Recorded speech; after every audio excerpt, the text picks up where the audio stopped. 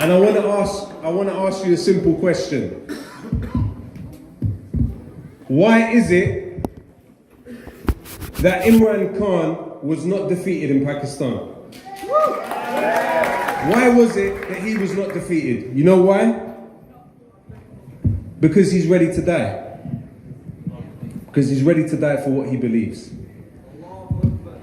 I'm somebody, it's okay, it's absolutely fine. Thank you very much. Thank you. I'm somebody that traveled to Gaza with George Galloway when he took the step to break the siege of Gaza. We're talking about an Israeli imposed, an Egyptian enforced, and a US supported siege on 2 million people. We're talking about a child mortality rate of 23%.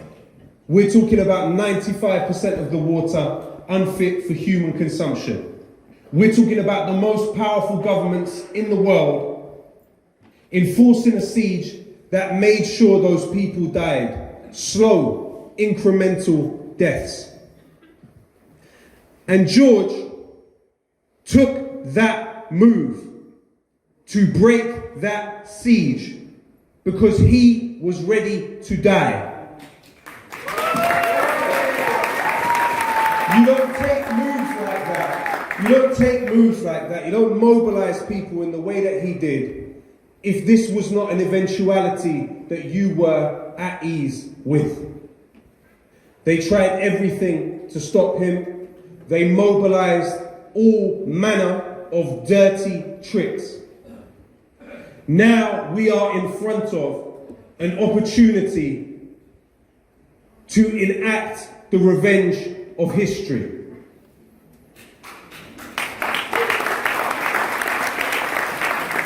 And when I say enact the revenge of history, I'm not just talking about the over 30,000 people in Gaza that have been killed by Israel and its partners, the United States and Britain.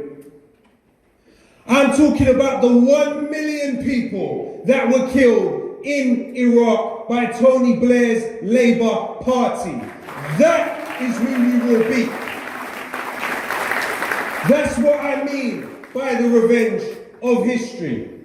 Keir Starmer's Labour Party needs to understand very clearly that it is a toxic brand within our communities.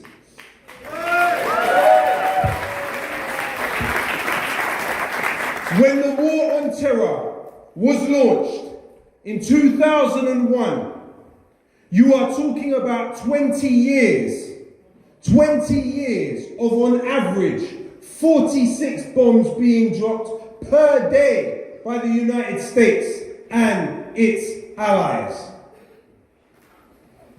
At that time, the Labour Party had over 50,000 shares within BAE Systems, the largest arms company in this country.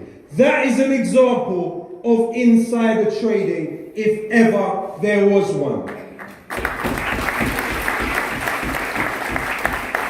Now, when somebody goes to the seat of US power, to the corridors of the United States government, looks them in the eye and says to them, I am not the criminal, you are the war criminals. You know when a person does that, that person is ready to die for what they believe in. Who from among our political class can say they did that during the war on terror? Only one person, and he's sitting on this stage now.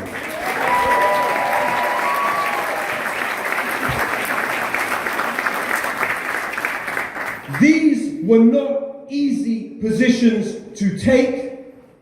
It was not a time when many would stand out from among the political class and support you. But those people on the other end of those bombs are people that I consider my siblings, people that I consider myself to have an affinity with, it would be a crass act of ingratitude if I were not to turn around and pay tribute and support the individual that took that risk to support the life of myself and others just like me.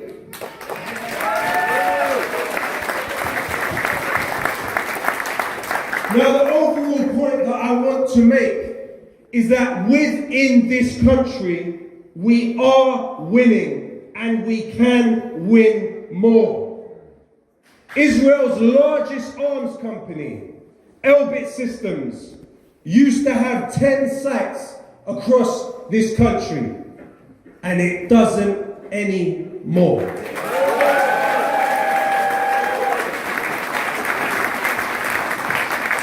And if you want to know why, it doesn't have those sites anymore, you can take a trip not so far down the road and ask them in Oldham. Oldham is a name that beat Israel. The inhabitants of Oldham, so underestimated and neglected by the millionaires in Parliament in London, beat Israel. The inhabitants of Oldham, in tandem with Palestine Action, shut down Ferranti Technologies, and a subsidiary of Elbit Systems. And you know what? Not only did they shut it down, Elbit Systems had to sell the factory at a loss. They had to sell the subsidiary Ferranti Technologies at a loss. What about that most pro-Israel of political figures, Keir Starmer? Now let's be clear about Keir Starmer. On Israel, Keir Starmer is to the right of Margaret Thatcher. Why would I say that? Because when agents of Israeli intelligence killed the Palestinian cartoonist Naji al-Ali in Knightsbridge, what did Margaret Thatcher do? She expelled Israeli diplomats and intelligence agents from the country. Keir Starmer, in his constituency, used to have the main offices for Elbit Systems in this country, and he doesn't anymore. And you know why? 2 words: Palestine Action. We have entered a new phase of struggle in this country against Israeli fascism. We have entered a new phase of the Zionist project, and the wars to come are the following: Lebanon and Al-Aqsa. The Israeli Ministry of Education and the Israeli Ministry of Culture have pumped millions into an organization by the Temple Institute, which has the stated objective of replacing Al-Aqsa compound with another building. Let's be clear, these are the stakes. Now, when Israel takes that move, which I guarantee it will, what will be the voice in Parliament that represents you? Will it be a careerist who is looking out for their future job? Or will it be somebody who's proven time and time again that they will look the Zionists in the eye and stand up for the Palestinian people? George Galloway!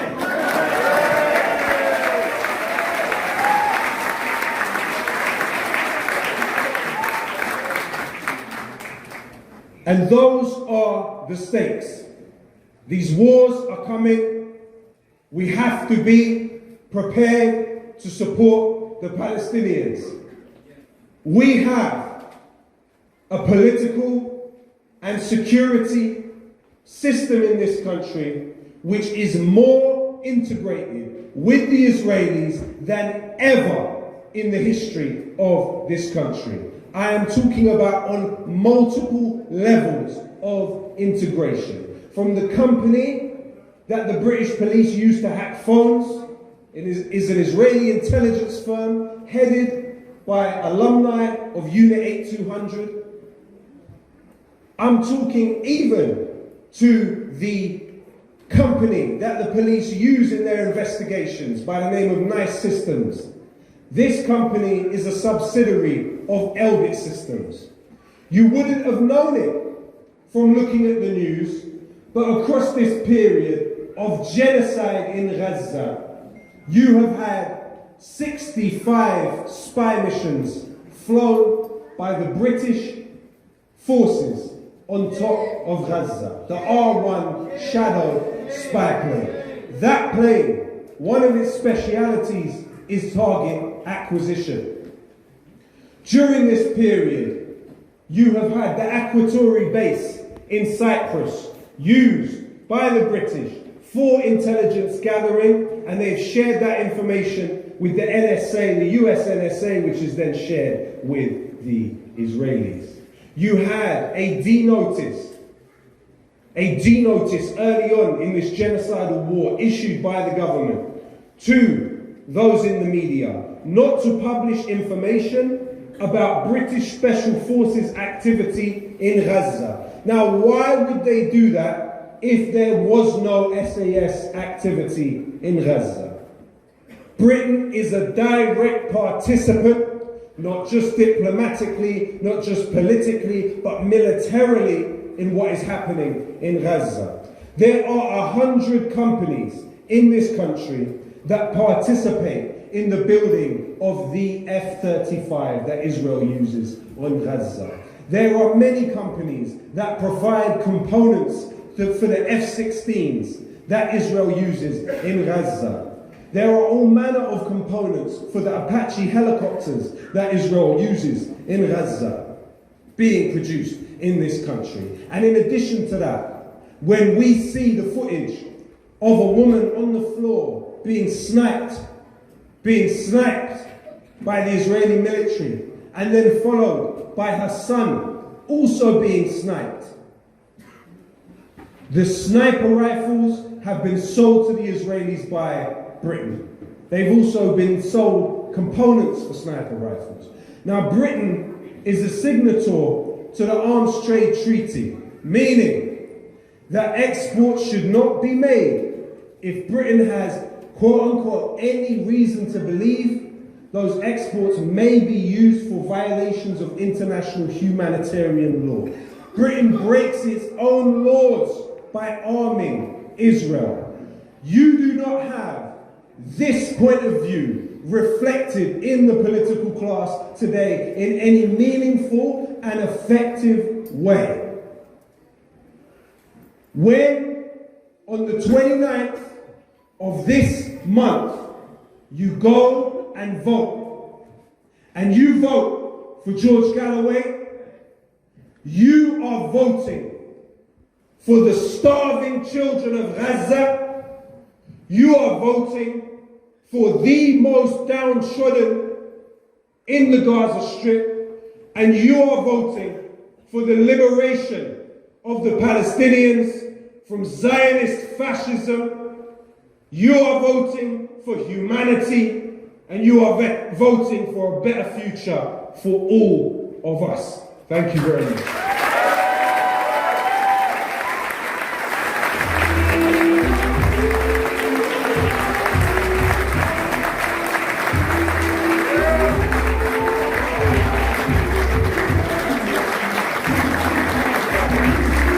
Lowkey.